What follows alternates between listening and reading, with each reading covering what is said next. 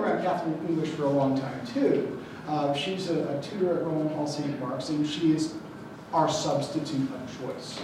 If I have to be absent, or Cody has to be absent, we fight over her. If we both have to be absent, we don't know. We have to get somebody who is lesser, and we hate that. She's a wonderful substitute because she comes into our classes and she knows what to teach. We hardly have to. In fact, last time I think we created writing, I just told her, you come up with some exercises, you do something that she did well with her students. She's marvelous.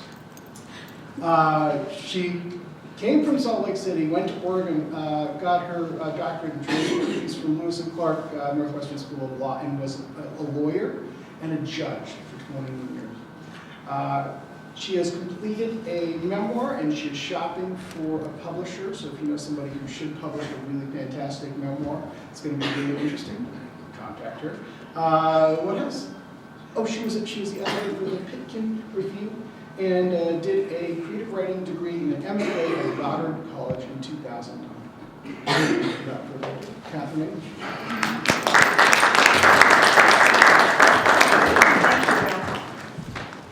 It looks like I have a lot of papers, but the fact is there's 16 typed, so I can read them, so don't worry. I won't take longer than 30 minutes, I hope. Okay, I'll try myself. First of all, thank you, Joel, and thanks to City Oregon, and thanks to my mentors who are here in the audience, and to my long-suffering husband, who's heard this 10 million times over the last few years. I gleaned the title of my book, which is called Salvation, a Judge's Memoir of a Mormon Childhood, from the original Greek meaning of the word, preservation, or deliverance from harm. And Kathleen Norris also has a wonderful definition of salvation, called to make sufficient.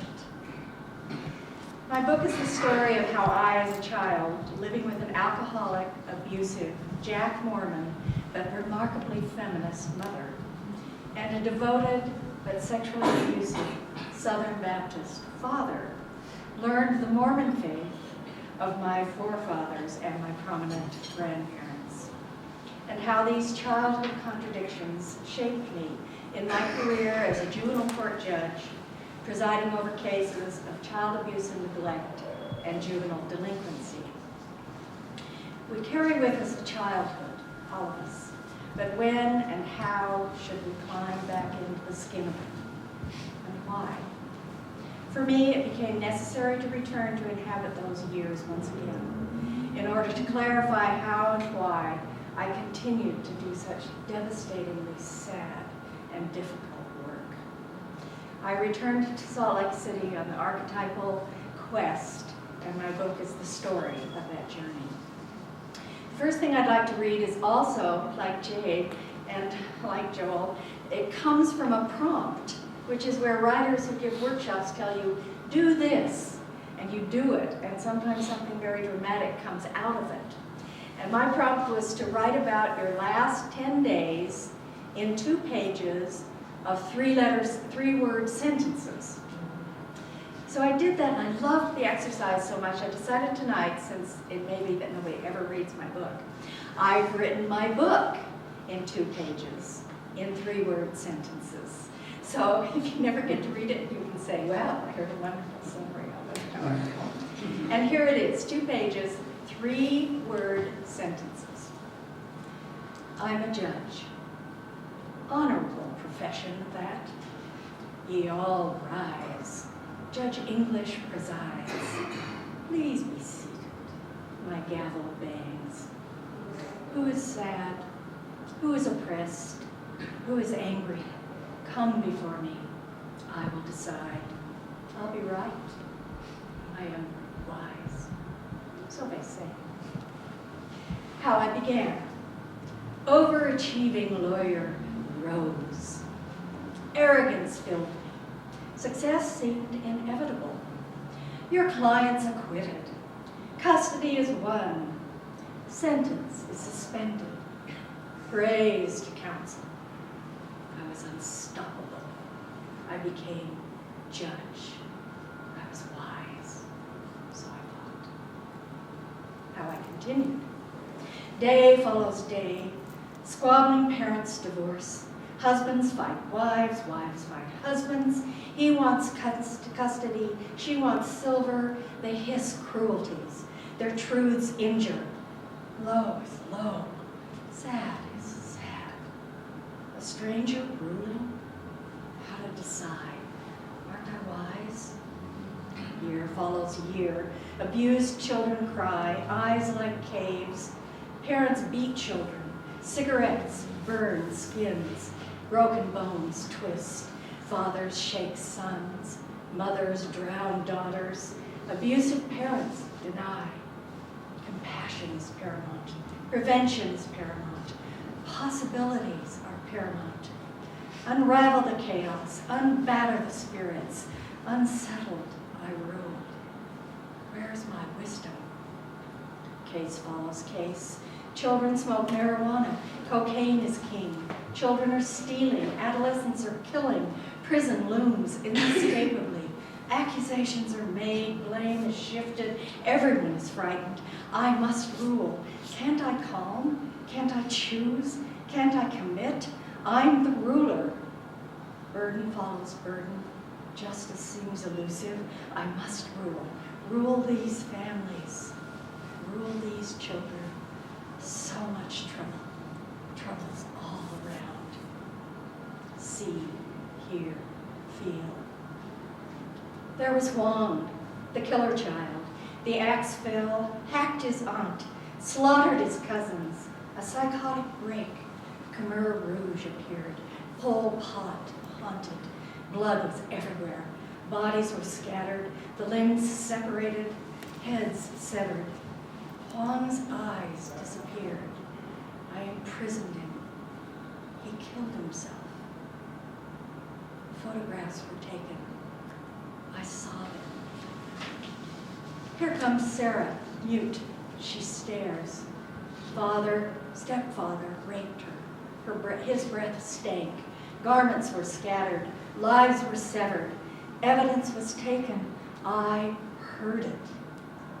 The desperate parents, their rights terminated, the lost children, children's hearts broken. I felt it. What happened then? The ghosts hovered, the nightmares stained. I questioned everything. Pleas were pled. I answered them. I was wise. But was I?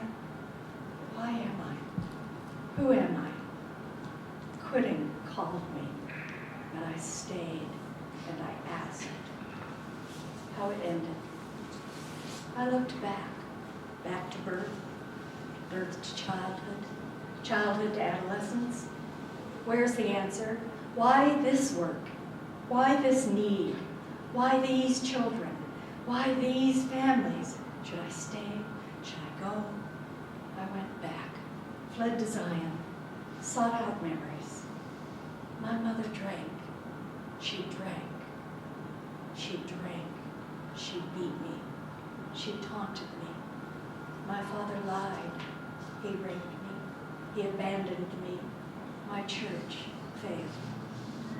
There, it's said. Everything was chaos. Danger all around. I wanted saving. Removal from harm. Those are answers. I seek salvation, not just mine. Save the families. Save the children. Save them all. How it is. I remain a judge. None must rise. No gavel pounds. I am humbled. I sit quietly. I speak kindly. Courts in session. Welcome to all. They are safe. May I rule. Be always wise. I am them.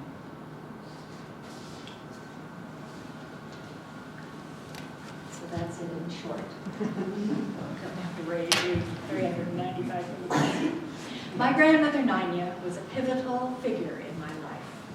For this reading tonight, I've selected a story that was born of her attention to me. To clarify a bit of the story, so when I read it, you're not confused, my grandmother, Sarita Taylor Jones, was the costume designer for the University of Utah during the 1940s, 50s, and 60s for almost 30 years. My mother was also named Sarita, as is my sister. My first appearance on the stage was in 1947, when I was 3, almost 4 years old. My earliest theater memory. It was the year of Utah's Pioneer Centennial, and my grandmother enlisted me as an extra in a musical extravaganza called Promised Valley, which was produced on a huge stage and depicted the story of the many treks of the Mormon pioneers, which is why I'm standing below portraits of church figures. In the musical, Brigham Young leads his Latter-day Saints to the Great Salt Lake Valley, and looking over the valley cries out, "This is the place." As a child, I couldn't imagine why he said that, because then it was a salty desert with no trees or houses or toys or anything.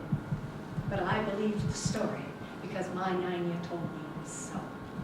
Promise Valley was the first University of Utah Summer Festival production. These were presented on the north arc of the football field. In the fall, thousands of people sat in the bleachers to cheer the football team. But in the summer, the seats filled up with thousands of theater goers, all coming to see a great outdoor presentation on a massive stage. Between the ages of 3 and 20, I was a part of nearly every production. The stage was assembled from the ground up, and I remember it was big enough to hold horses, covered wagons, and hundreds of pioneers. I watched this enormous edifice rise up into the sky, a great mountain of wood and steel. Underneath the stage was a labyrinthian catacomb of rooms and cubbyholes built among the piping that held up the stage. Canvas curtains separated the rooms, which were connected by long tunnels and lit by bare bulbs hanging from long lengths of cable. One large space within those tubes held 90 costume ladies, their tables, the sewing machines, and racks of costumes, lined up in rows like houses on the streets. Huge canvas tents were erected outside of this underground city. The primary singers each had a special tent, and William Christensen's ballet corps resided at the east end, and the chorus made its mysterious way in and out of several tents to the west. This year, there was a tent for the pioneer children, too. Lights hung up and down the poles, all along the sides of the stage. The pit in front was large enough to hold the Utah Symphony, conducted by the famous Maurice Abravanel, the maestro. The sound system was the biggest and best available. When the lights went on at dusk, the crowd arrived in a buzzing swarm, and people sat, milled about, greeted each other, and chattered in anticipation. The sound grew like a summer storm rumbling into the valley. The stadium quivered with excitement. John, could you give me some water? On opening night, backstage tension built. The actors, actresses, ballerinas, prop men, scene changers all murmured and hummed and flew to their places. They were lit up with excitement, listening to the orchestra tuning up, the families and children taking their seats. Everyone felt a flush as the lights went down, the moonlight showering the darkened stadium in a burst of chalky glow. The stage would soon be star-studded, and I was a little girl bedazzled. I was a pioneer child. I was dressed in a red and blue gingham dress and a yellow plaid tie-on bonnet with blue ribbons. I would trek across the stage with my pioneer parents, several pioneer siblings, and the huge company of Latter-day Saints. We would depict one of the famous handcart brigades, a group of hardy Mormons who rolled across the prairies in wagons loaded high with all of our belongings. But we were forced to abandon our wagons in a surprising and deadly early winter and walk instead, pushing and pulling handcarts, trudging through snow in the mountain passes, determined to reach the promised land. When we could go no further, we waited to be saved. Some of us were rescued, but some of us died. It was all so very grand and spectacular. We would come from the wings, across the stage, trekking, laboring. I would hold my beloved pioneer mother's hand, happy in the company of my dear pioneer brothers and sisters. At night, we'd pull all the wagons around ourselves, light a roaring campfire to boil soup, say our prayers, and then my dear pioneer daddy would tuck me into my sleeping bag, and I would sing as loud as I could, "Come, come, ye saints, no toil, danger, fear." At 3 years old, however, I didn't understand that this was a story being told from start to finish, that there were scenes and acts and an order to things. All I knew was that it was a new world of color, dancing, joy, and singing. Even as young as I was, I loved dressing up as someone different, having a different family. Not just my pioneer Mormon family, but all of the people who sang and danced and patted my head and went down with me to the flagpole where we laid out on the lawn, far from the lights, looking at the stars, listening to the crickets.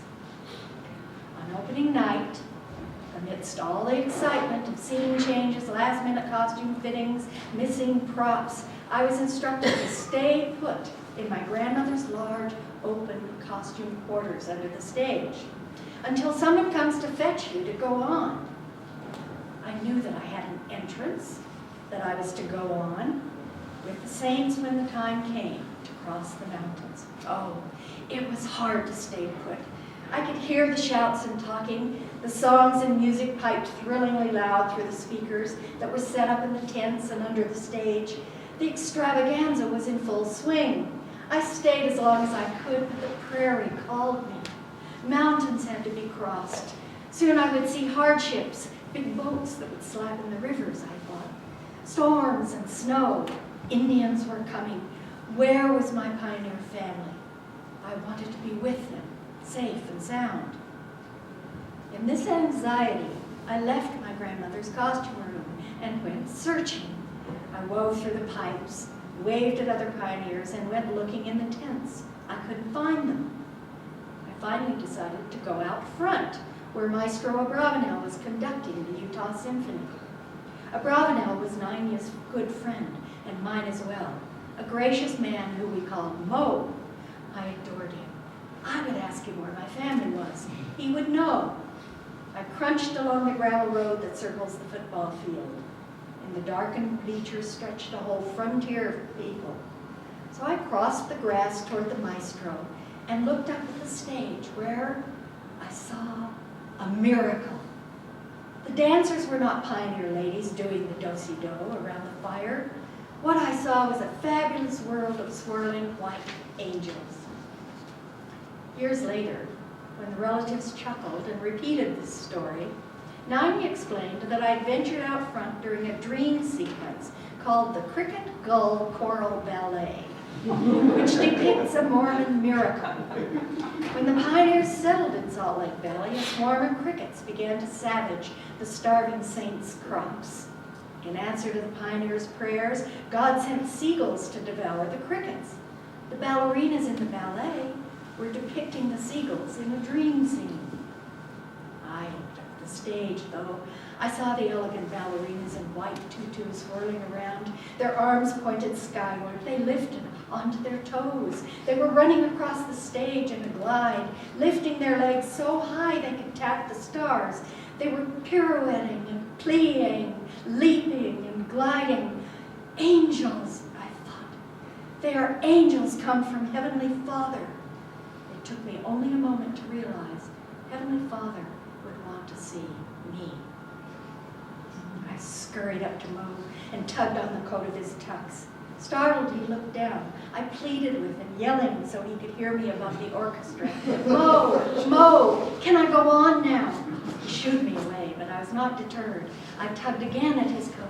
He looked down at me, surprised that I was still there, and his face softened. Kathy, dear.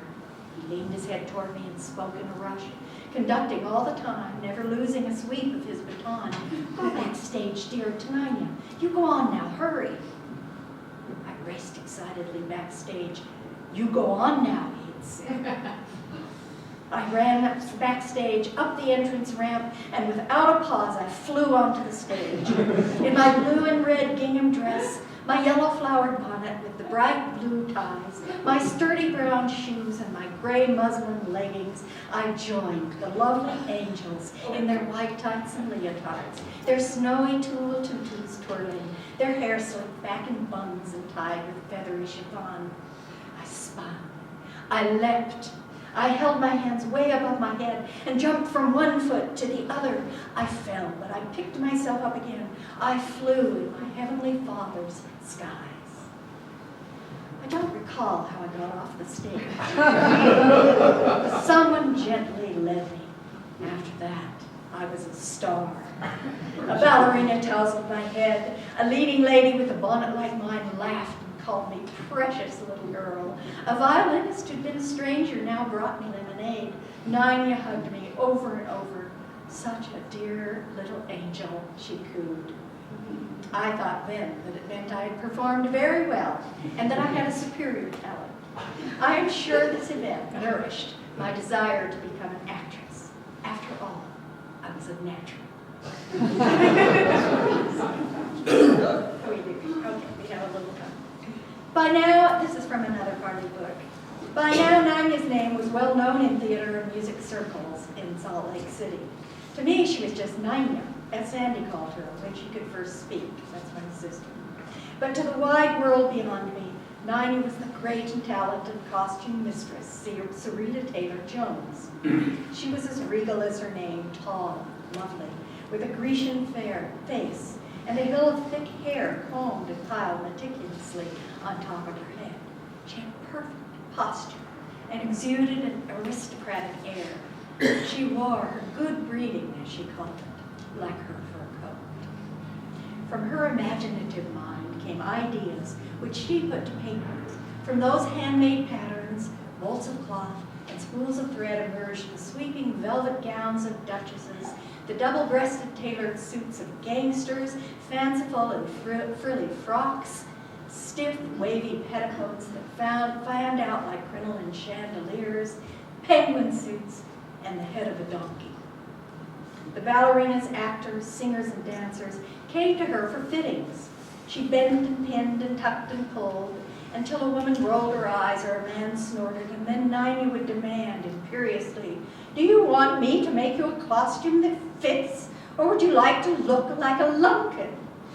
Now, stand still, turn, bend over, be quiet." The actors and actresses would be silenced by her magisterial tone and would turn, bend, kneel, whatever she wanted.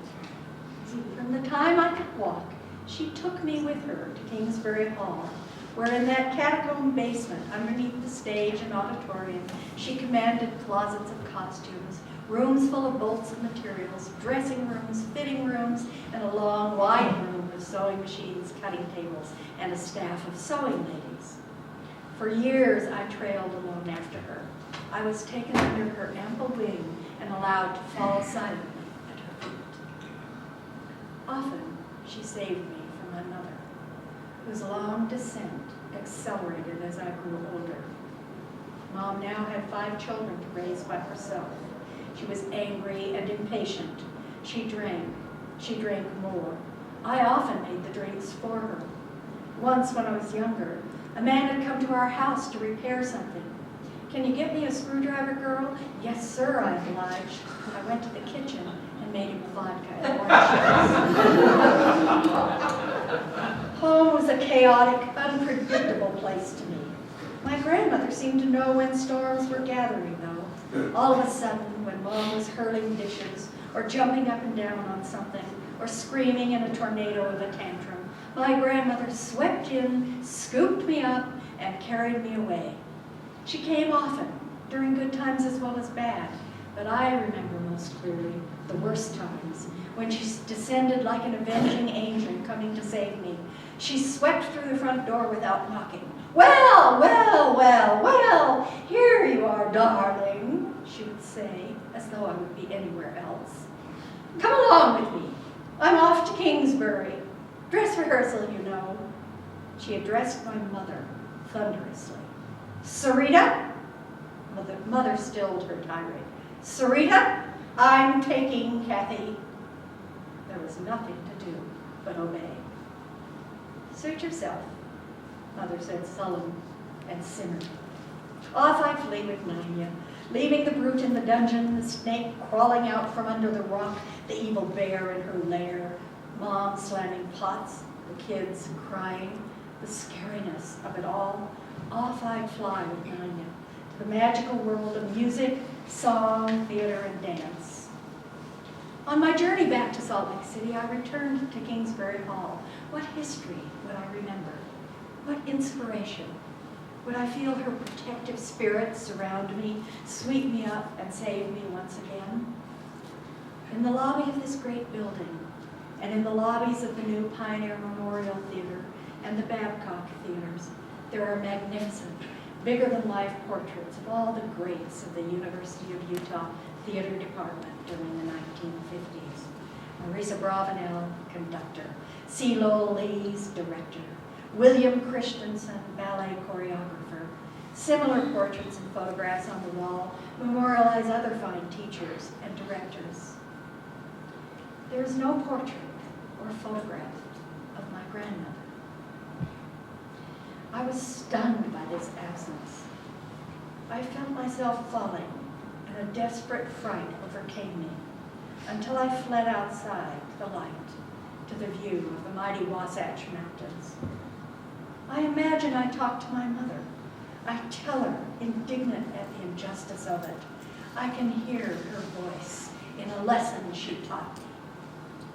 Welcome to the real world, honey. She lingers over the butt of her cigarette. Of course there's no portrait. After all, she stubs the butt out and looks at me with a wry smile. She was a woman, nothing more. She was more.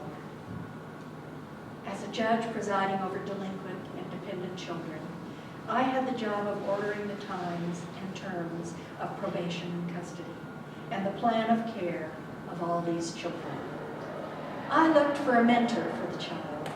I especially appreciated the juvenile court counselors who sought to find one person in that child's life who gave unconditional love. Did the boy have a devoted grandfather who could be involved? Did the girl have a teacher who paid special attention to her? Was there an aunt, a big brother or sister who could take that role? Could that love and attention lead a child out of poverty and terror of circumstance? At the time I presided, a popular theory held that some children are simply invulnerable to bad circumstances, while others have a predisposition to suffer and collapse.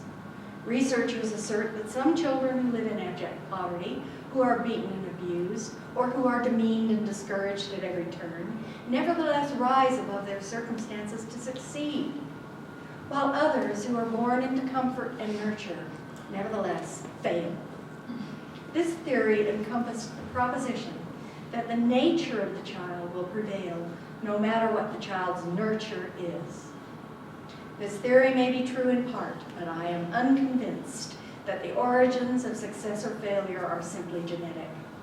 While nurtured children may fail, I believe that all children, particularly bereft children, hopeless or confused, who are locked in the terror of their own depression and defeat, can be guided, even saved, by a person who unconditionally loves them, with a resolute belief in the child's goodness, and who inspires in the child an ability to trust in others and in oneself. And not just delinquent or dependent children, but all children. Every child deserves a doting, involved adult in his or her life. A grandparent, a church or school teacher, a religious leader, a friend, a camp counselor, someone who recognizes and encourages a child's potential. A person who looks to the origins of the child's being.